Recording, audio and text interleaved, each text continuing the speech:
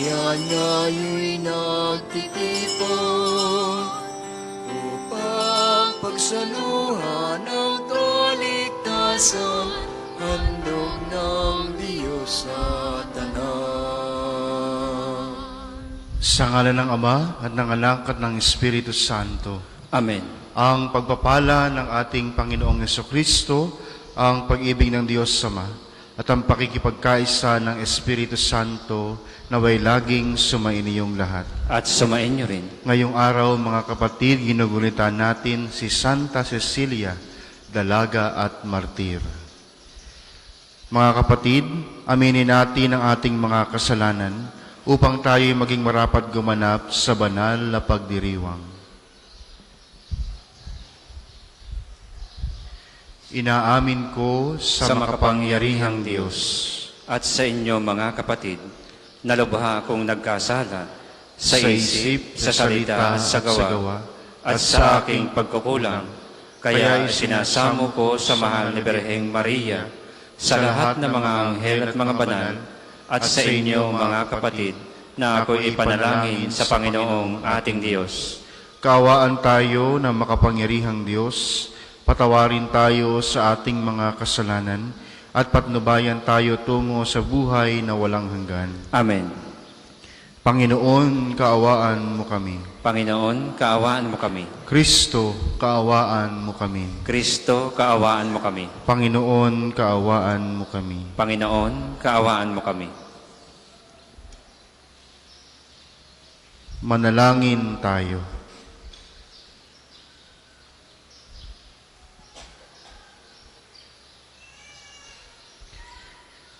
Ama naming makapangyarihan, gawin mong makapiling ka ng mga nagdarasal at pakundangan kay Santa Cecilia na aming katuwang, paunlakan mong dinggin ang aming kahilingan sa pamamagitan ni Jesucristo kasama ng Espiritu Santo magpasawalang hanggan. Amen.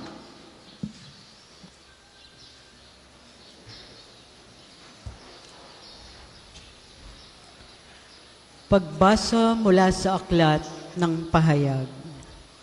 Ako'y si Juan. Nangusap sa akin ang tinig na narinig kong nagsasalita mula sa langit. Lumapit ka sa anghel na nakatungtong sa dagat at sa lupa at kunin mo ang hawak niyang kasulatang nakabukas. Nilapitan ko ang anghel at hiningi ang kasulatan. Ang wika niya sa akin, kunin mo't kanin ito, mapait iyan sa sikmura, ngunit sa bibig mo'y sintamis ng pulot pukyutan. Inabot ko at kinain ang maliit na kasulatan. Matamis ngang tulad ng pulok pukyutan, ngunit nang malunok ko na'y pumait ang aking sikmura.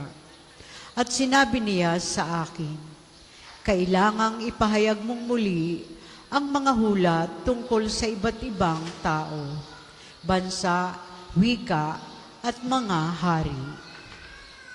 Ang salita ng Diyos. Salamat sa Diyos. Salmong tugunan, o kay tamis na namnamin ang utos mong bigay sa amin. O kay tamis na namnamin ang utos mong bigay sa amin. Nagagalak na susundin yaong iyong kautusan, higit pa sa paggagalak na dulot na kayamanan. O kay tamis na namnamin ang utos mong bigay sa amin. Ang buo mong kautusan sa akin ay umaaliw, siyang gurong nagpapayo sa lahat kong suliranin. O kay tamis na namnamin ang utos mong bigay sa amin. Higit pa sa gintot pilak nitong buong sanlibutan, ang mabuting idudulot ng bigay mong kautusan. O kay tamis na namnamin ang utos mong bigay sa amin. O kay tamis na namnamin ang utos mong ibinigay, matamis pa kaysa pulot, yaong lasang tinataglay. O kay tamis na namnamin ang utos mong bigay sa amin. Halos humihingal ako dahilan sa kasabikan, na mata mo yaong aking minimithing kautusan. O kay tamis na namnamin ang utos mong bigay sa amin. Magsitayo pong lahat.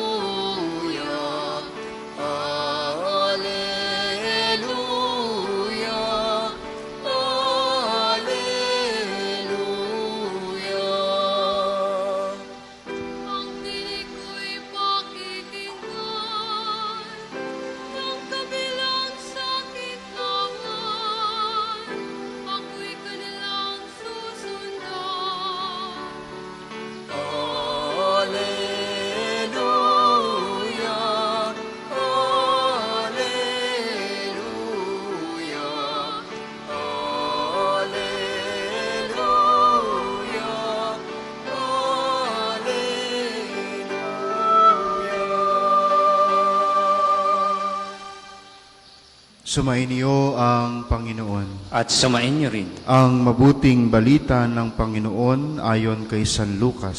Papuri sa iyo, Panginoon. Noong panahong iyon, pumasok si Jesus sa templo at kaniyang ipinagtabuyan ang mga nagtitinda. Sinabi niya sa mga ito, nasusulat, ang aking bahay ay tatawaging bahay dalanginan, ngunit ginawa ninyong pugad na mga magnanakaw. Araw-araw si Jesus ay nagtuturo sa loob ng templo, pinagsikapan ng mga punong saserdote, ng mga eskriba, at ng mga panauhin, pangunahin ng bayan na siya'y ipapatay. Subalit wala silang makitang paraan upang maisagawa ito, sapagkat taimtim na nakikinig sa kaniya ang buong bayan. Ang mabuting balita ng Panginoon. Pinupuri ka namin, Panginoong Hesukristo.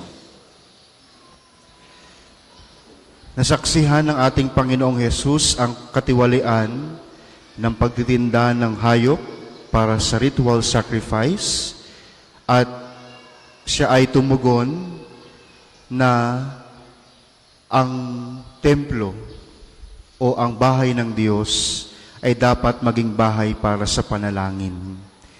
He quoted the prophet Isaiah and cried out, "It is written, my house shall be a house of prayer, but you have made it a den of thieves."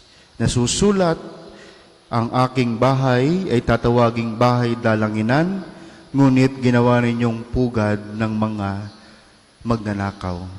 In our gospel today, brothers and sisters, it points out the reaction of the chief priests, the scribes, and the leaders of the people. They were seeking out to put Jesus to death. Gusto nilang ipapatay si Jesus, ngunit wala silang makitang sapat na dahilan para maisakatuparan ito. As Jesus teaches in the temple, Luke shows not a uniformity hostile, but a divided people. Ibig sabihin, pag sinabing divided people sa konteksto ng Ebanghelyo ngayon, may mga naniniwala kay Jesus at iyon yung mga taong nakikinig sa Kanya at yung mga taong gusto siyang ipapatay, yung mga leader ng mga tao, mga scribes, and the chief priests. Indeed, the whole people clung to Him, listening. It is still only the leadership of scribes, chief priests, and leaders of the people that intensifies its opposition and indeed actively seeks to kill him. With only the smallest possible exception throughout Jerusalem account, Luke will portray a populace as a whole as positive toward Jesus, and the place responsibility for his death is squarely and exclusively on the leadership. Ang ating Panginoong Jesus ay gustong dumalo sa Passover meal sa pangyayari sa ating Ebanghelyo. Kaya siya ay nasa Jerusalem at nung siya ay nasa sa templo na, nakita niya na ang mga tao ay nagtitinda ng mga hayop, nagpapalit ng pera. At ayon sa ating Panginoong Hesus, ang templo ay isang banal na lugar, katulad ng ating mga simbahan ngayon, lugar na kung saan tayo makapagdadasal, lugar na kung saan merong encounter between sa atin at ang Diyos. However, as the gospel further relates, they could find no way to accomplish their purpose because all the people were listening or were hanging on His words. It is important to consider this passage within its context. The words that Jesus spoke were words that sought to cleanse the temple of corruption. With approval of the temple priests who benefited from the temple tax, there were many people who were using the practice of divine worship to make a profit for selfish gain. turning the people turning a temple into a marketplace. Alam po ninyo, yung salitang cast out or casting out those who were engaged in selling, sa Tagalog translation is ipinagtabuyan. Yung cast out, ginagamit ho iyon to cast out demons, bad spirits. It suggests that the money changers are roughly equivalent to unclean spirits who profane the holy place. Yung mga nagpapalit ng pera sa templo is considered or equivalent doon sa mga masamang espiritu. That's why Jesus was casting out them. Pinapaalis ni Jesus ang mga nagpapalit ng pera na tila inaalihan ng masamang espiritu. The temple during that time is also inevitably center of finance. There were pilgrims from abroad brought or sent their annual tax as an act of piety. Pilgrims could also purchase animals needed for sacrifice ritual and pay other expenses. To facilitate all such transactions, currency required exchange. So yung mga tao, pumupunta sa templo para ipalit yung kanilang pera, para bumili ng baka o anumang hayop na gagamitin sa ritual sacrifice. Dahil malapit na nga po ang Passover meal.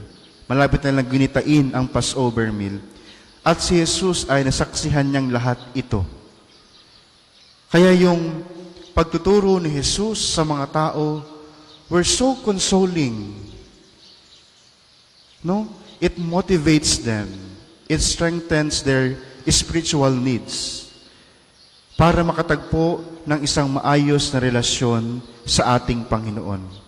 Kaya hindi niya kapagtataka na itong mga pariseyo, na itong mga eskriba, mga punong saserdote, galit na galit sa ating Panginoon.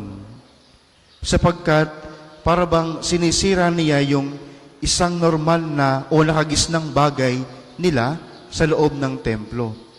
Because for Jesus, it is a form of corruption na ginagamit yung templo, a house of prayer, for naging isang marketplace. Jesus could see this clearly, and many of the people who have also sensed this corruption of these practices, though they need to purchase animals for the ritual sacrifice and Passover meal, many of them were most likely disturbed by this abuse.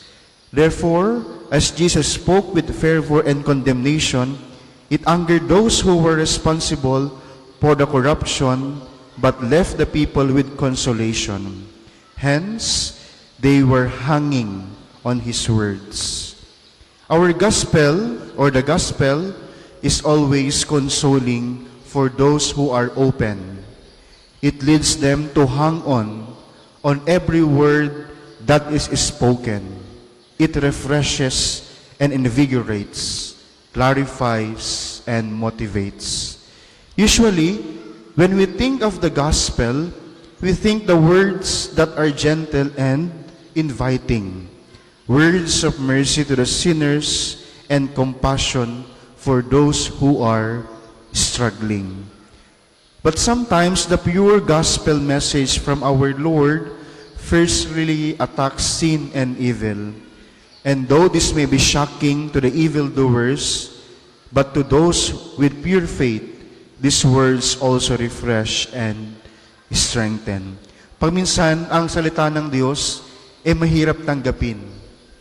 Lalong-lalo na kapag inaatake yung bagay na alam lang natin ay tama, pero yung realidad, ito pala ay masama. Kapag inaatake nito yung mga bagay na nakagisnan na natin, na akala natin ay normal at tama. Kapag inaatake nito yung maling pag-uugali natin, yung maling gawi, iba nga po ang ating tinatangkilik pa rin ng mga tao.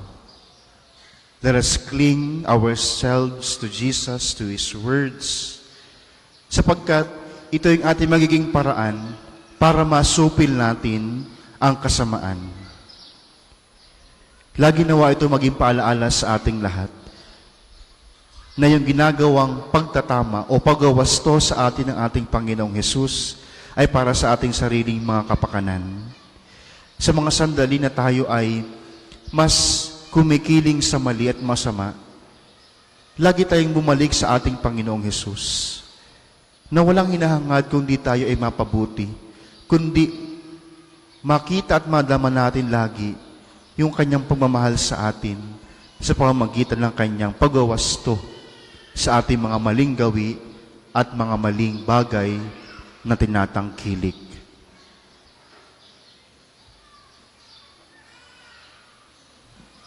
Para po sa mga maghahandog ng sobre, pakihulog na lang po sa buslo.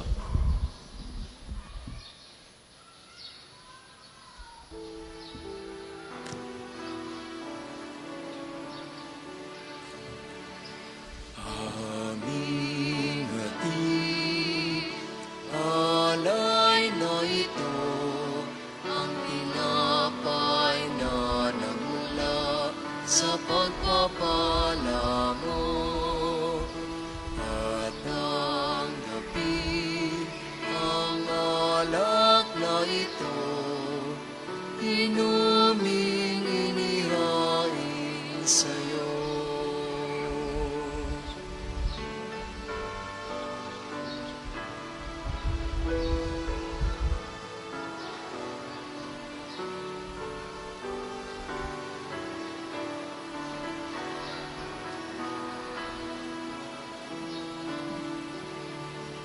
Magsitayo po ang lahat. Manalangin kayo mga kapatid upang itong ating paghahain ay kalugdan ng Diyos amang makapangyarihan.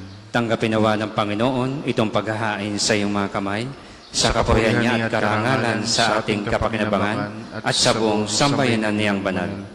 Ama naming lumikha, pakabanalin mo at basbasan ang mga alay na nakahanda upang paalabin nito ang aming diwa sa ningas ng pag-ibig mo, na nagdulot ng tagumpay sa pagpapakasakit ni Santa Cecilia sa pamamagitan ni Jesucristo, kasama ng Espiritu Santo, magpa sa walang hanggan. Amen. Sumainyo ang Panginoon. At sumain niyo rin. Itaas sa Diyos ang inyong puso at diwa. Itinaas na namin sa Panginoon. Pasalamatan natin ang Panginoong ating Diyos. Marapat na siya ay pasalamatan. Ama naming makapangyarihan, tunay ang marapat na ikaw ay aming pasalamatan. Ngayong aming kagalakan na si Santa Cecilia ay parangalan. Siya'y kapanalig naming may paninindigan na ikaw ay pahayag kahit siya'y mamatay. Sapagkat minarapat mong kanyang matularan ang iyong anak na naghahain ng sariling buhay. Tulad ng naganap sa iyong anak, ang dugo ng mga martir ay dumanak, hindi dahil sa kalatagang likas, kundi dahil sa iyong bigay na lakas. Kaya kaisa ng mga anghel na nagsisiawit ng papuri sa iyo ng walang humpay sa kalangitan, kami nagbubuni sa iyong kadakilaan. Banal ka pong may kapal, banal ang iyong pangalan, banal ang iyong kaharian, langit lupa'y nagpuputay sa iyong kadakilaan, dinarakilan ng lahat ang naparito mong anak, na siyang nagulat sa bulag, sa laya'y nagpalakad, nakiramay sa lahat. Ang lahat po'y magsiluhod, kung hindi kayang lumuhod, manatili pong nakatayo ng may paggalang. Ama naming banal, ikaw ang bukal ng tanang kabanalan, kaya't sa pamamagitan ng iyong Espiritu, gawin mong banal ang mga kaloob na ito upang para sa amin maging katawan at dugo ng aming Panginoong Hesukristo. Bago niya pinagtiisan, kusang loob na maging handog, hinawakan niya ang tinapay, pinasalamatan kaniya. Pinaghati-hati niya iyon, iniyabot sa kanyang mga lagad at sinabi, Tanggapin ninyong lahat ito at kanin. Ito ang aking katawan na ihahandog para sa inyo.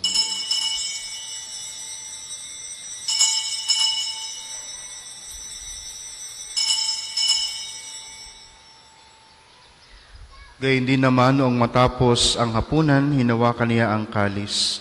Muli kaniyang pinasalamatan. Inibot niya ang kalis sa kanyang mga alagad at sinabi, tanggapin ninyong lahat ito at inumin. Ito ang kalis ng aking dugo, ng bago at walang hanggang tipan. Ang aking dugo na ibubuhos para sa inyo at para sa lahat.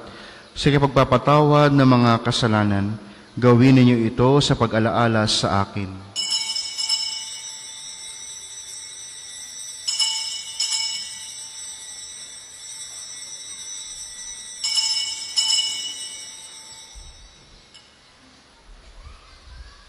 Ipagmuni natin ang misteryo ng pananampalataya. Si Kristo'y namatay, si Kristo ay nabuhay, si Kristo'y babalik sa wakas ng panahon. Ama, ginagawa namin ngayon ang pag-alaala sa pagkamatay at muling pagkabuhay ng iyong anak. Kaya't iniaalay namin sa iyo ang tinapay na nagbibigay buhay at ang kalis na nagkakaloob ng kaligtasan. Kami nagpapasalamat dahil kami iyong minarapat na tumayo sa harap mo para maglingkod sa iyo. Sinasamo namin kaming magsalo-salo sa katawan at dugo ni Kristo ay mabuklod sa pagkakaisa sa pamamagitan ng Espiritu Santo. Amalingapin mo ang iyong simbahang laganap sa buong daigdig. Puspusin mo kami sa pag-ibig kaisa ni Francisco na aming Papa at ni Gilbert na aming Obispo at ng Tanang Kaparian. Alalahanin mo rin ang mga kapatid naming nahimlay nang may pag-asang sila'y muling nabubuhay, gayon din ang lahat ng mga pumanaw. Kaawaan mo sila at patuloyin sa iyong kaliwanagan. Kaawaan mo at pagindapating kaming lahat na makasalo sa iyong buhay na walang wakas.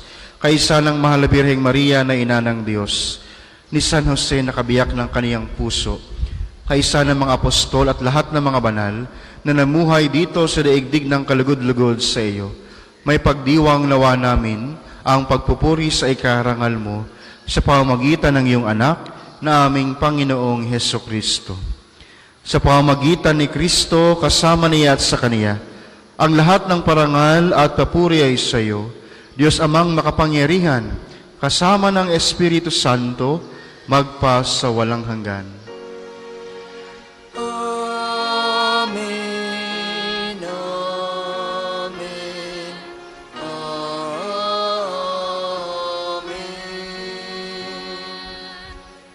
Sa tagubili ng nakagaling na utos at turo ni Jesus na Panginoon natin at Diyos, ipahayag natin ang lakas loob. Ama namin, sumasalangit ka, sambahin ang ngalan mo, mapasa amin ang kaharian mo, sundin ang loob mo, dito sa lupa para nang sa langit. Bigyan mo kami ngayon ng aming kakanin sa araw-araw. At patawarin mo kami sa aming mga sala para nang magpapatawad namin sa nagkakasala sa amin. At huwag mo kami ipahintulot sa tukso at iadya mo kami sa lahat ng masama.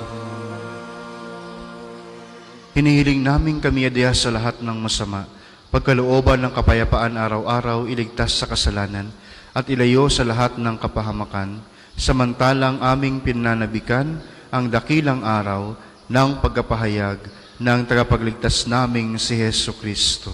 Sapagkat iyo ang kaharian at ang kapangyarihan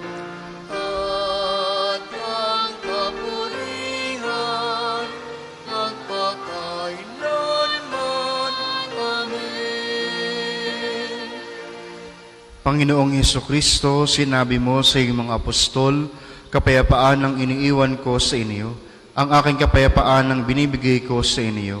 Tunghayan mo ang aming pananampalataya at huwag ang aming pagkakasala. Pagkalooban mo kami ng kapayapaan at pagkakaisa ayon sa iyong kalooban, kasama ng Espiritu Santo, magpa sa walang hanggan. Amen. Ang kapayapaan ng Panginoon ay laging sumainyo. At sumainyo rin. Pagbigayan kayo ng kapayapaan sa isa't isa. Kordero ng Diyos na nag-aalis ng mga kasalanan ng sanlibutan, maawa ka sa amin. Kordero ng Diyos na nag-aalis ng mga kasalanan ng sanlibutan, maawa ka sa amin. Kordero ng Diyos na nag-aalis ng mga kasalanan ng sanlibutan, ipagkaloob mo sa amin ang kapayapaan. Kung hindi po kayang lumuhod, manatili pong nakatayo ng may paggalang.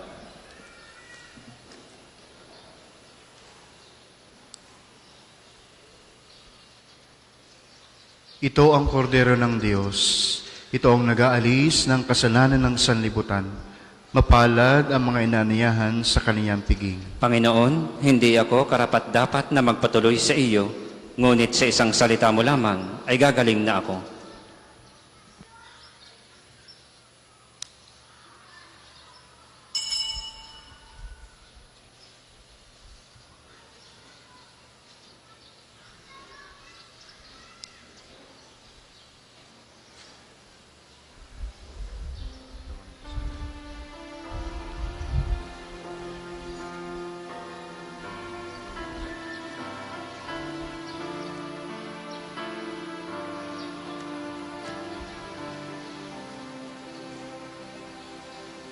Sa Diyos lamang mapapanatang ang aking kaluluwa.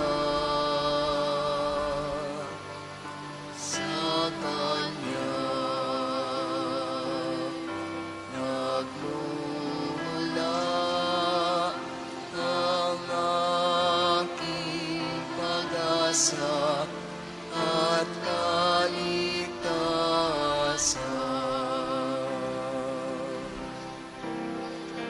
O Diyos, Ikaw ang aking kaligtasan, sa'yo aking kalwalhatian. Ikaw lamang aking inaasahan, ang aking moot at tanggulan. Sa Diyos lamang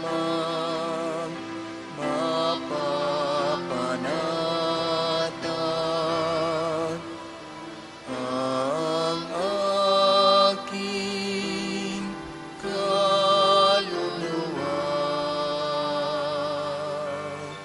Sa Kanya nagmumula ang aking pag-asa at kaligtasan.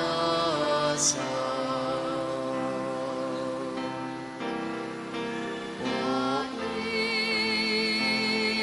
inildi ko pa nanaligan, puso'y di ilig sa yaman, kundi sa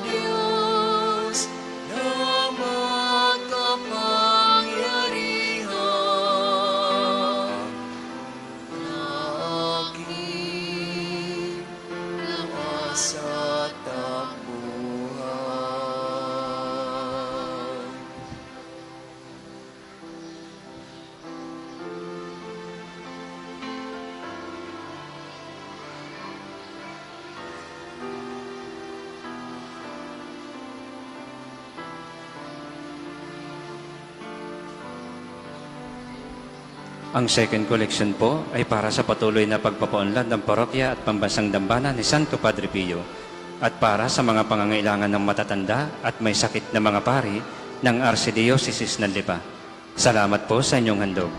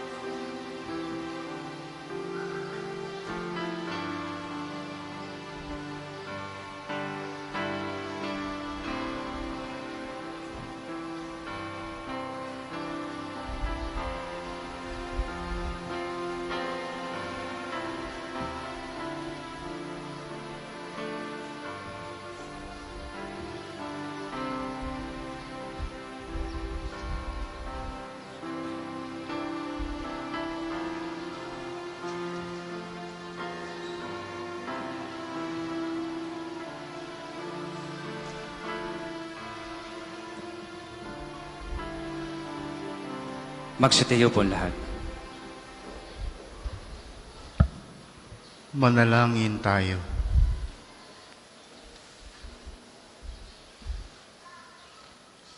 Ama naming nga pagmahal, ang tinanggap naming banal na pakikinabang ay makapagdulot nawa sa amin ng kalatagan na nagkaloob ng katapatan sa paglilingkod at tagumpay na pagtitiis ng pagsubok ng iyong martir na si Santa Cecilia sa pamamagitan ni Hesus Kristo kasama ng Espiritu Santo magpasawalang hanggan. Amen. Panalangin ng pagtitiwala kay Santo Padre Pio. Padre Pio, taga Pietrelcina, monghing banal, pintakasing santo ng milenyong kasalukuyan, gabay namin sa pagtahak sa landasing makalangit, takbuhan sa pangangailangan, huwaran na pagtitiis. Sa iyo namin inilalapit aming mga kagipitan, sa iyo po ibinibilin kalusugan at kabuhayan. Banggitin ng tahimik ang mga personal na kahilingan.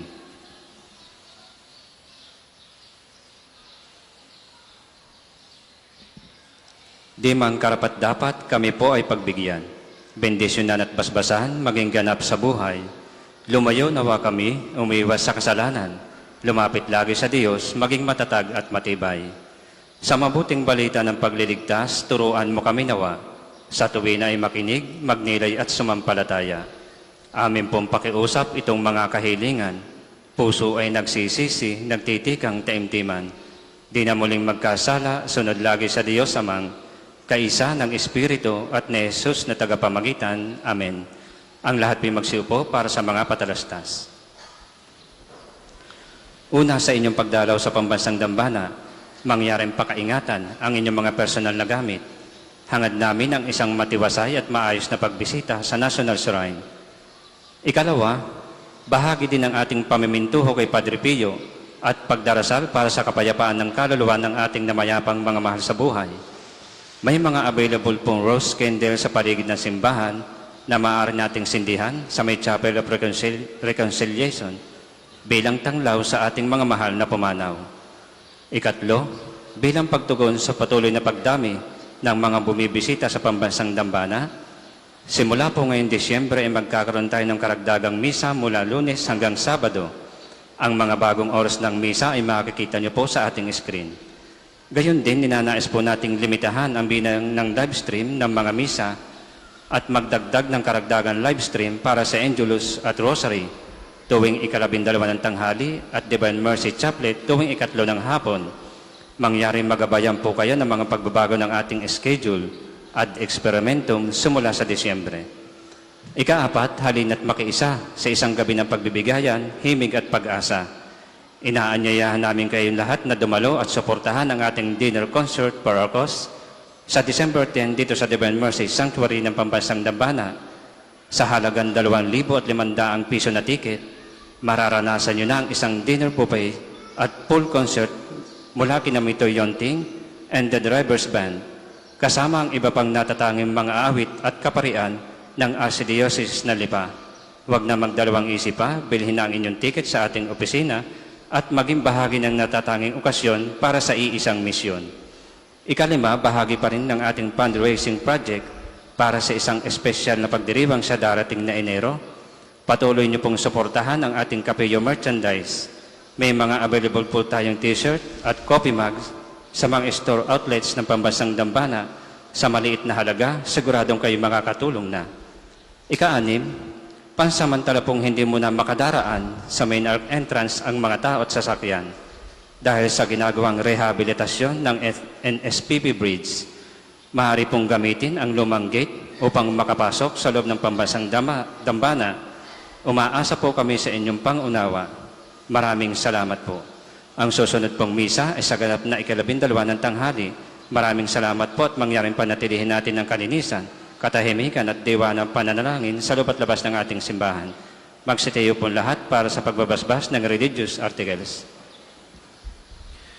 Mga kapatid, manalangin tayo sa Diyos amang makapangyarihan upang tayo ay maging kawangis ni Kristo sa taimtim na pagdalangin sa tulong ng mga larawan at mga dasalan. Pakilabas po ang inyong mga religious articles. O Panginoon naming Diyos, Ikaw ang bukal ng lahat ng pagpapala at biyaya. Ibuhos mo ang iyong bendisyon sa mga gamit na ito sa pananalangin na nagpapaalaala ng iyong kabutihan, kabanalan at pagmamahal sa amin. Upang lahat ng dumulog at magdasal gamit ang mga ito ay magtamo ng iyong awa at biyaya. Loobin mong tularan nila ang kabanalan at aral ng Panginoon at ng mga santo magpa sa walang hanggan. Amen. Ama namin, sumasalangit ka, sambahin ang ngalan mo, mapasa amin ang kaharian mo, sundin ang loob mo dito sa lupa para nang sa langit. Bigyan mo kami ngayon ng aming kakanin sa araw-araw at patawarin mo kami sa aming mga sala para nang pagpapatawad namin sa mga nagkakasala sa amin. At huwag mo kaming ipahintulot sa tukso at iadya mo kami sa lahat na masama. Amen. Aba, Ginoong Maria, napupuno ka ng grasya, ang Panginoong Diyos ay sumasa iyo. Bukod kang pinagpala sa babaeng lahat at pinagpala naman ng iyong anak na si Jesus. Santa Maria, Ina ng Diyos, ipanalangin mo kaming makasalanan ngayon at kung kami mamamatay. Amen. Ama namin, sumasalangit ka, sambahin ang ngalan mo, mapasa amin ang kaharian mo, sundin ang loob mo dito sa lupa para nang sa langit. Bigyan mo kami ngayon ng aming kakanin sa araw-araw at patawarin mo kami sa aming mga sala para nang pagpapatawad namin sa mga nagkakasala sa amin. At huwag mo kaming ipahintulot sa tukso at iadya mo kami sa lahat na masama. Amen. Aba, Ginoong Maria, napupuno ka ng grasya, ang Panginoong Diyos ay sumasa iyo. Bukod kang pinagpala sa babaeng lahat at pinagpala naman ng iyong anak na si Jesus. Santa Maria, Ina ng Diyos, ipanalangin mo kaming makasalanan ngayon at kung kami mamamatay. Amen. Ama namin, sumasalangit ka, sambahin ang ngalan mo, mapasa amin ang kaharian mo, sundin ang loob mo dito sa lupa para nang sa langit. Bigyan mo kami ngayon ng aming kakanin sa araw-araw at patawarin mo kami sa aming mga sala para nang pagpapatawad namin sa mga nagkakasala sa amin. At huwag mo kaming ipahintulot sa tukso at iadya mo kami sa lahat na masama. Amen. Aba, Ginoong Maria, napupuno ka ng grasya, ang Panginoong Diyos ay sumasa iyo. Bukod kang pinagpala sa babaeng lahat at pinagpala naman ng iyong anak na si Jesus. Santa Maria, Ina ng Diyos, ipanalangin mo kaming makasalanan ngayon at kung kami mamamatay. Amen. Ama namin, sumasalangit ka, sambahin ang ngalan mo, mapasa amin ang kaharian mo, sundin ang loob mo dito sa lupa para nang sa langit. Bigyan mo kami ngayon ng aming kakanin sa araw-araw at patawarin mo kami sa aming mga sala para nang pagpapatawad namin sa mga nagkakasala sa amin. At huwag mo kaming ipahintulot sa tukso at iadya mo kami sa lahat na masama. Amen. Aba, Ginoong Maria, napupuno ka ng grasya, ang Panginoong Diyos ay sumasa iyo. Bukod kang pinagpala sa babaeng lahat at pinagpala naman ang iyong anak na si Jesus. Santa Maria, Ina ng Diyos, ipanalangin mo kaming makasalanan ngayon at kung kami mamamatay. Amen. Luwalhati sa Ama, sa Anak at sa Espiritu Santo, kapara nung una, ngayon at magpasawalang hanggan. Amen. Luwalhati sa Ama, sa Anak at sa Espiritu Santo, kapara nung una, ngayon at magpasawalang hanggan. Amen. Luwalhati sa Ama, sa Anak at sa Espiritu Santo, kapara nung una, ngayon at magpasawalang hanggan. Amen.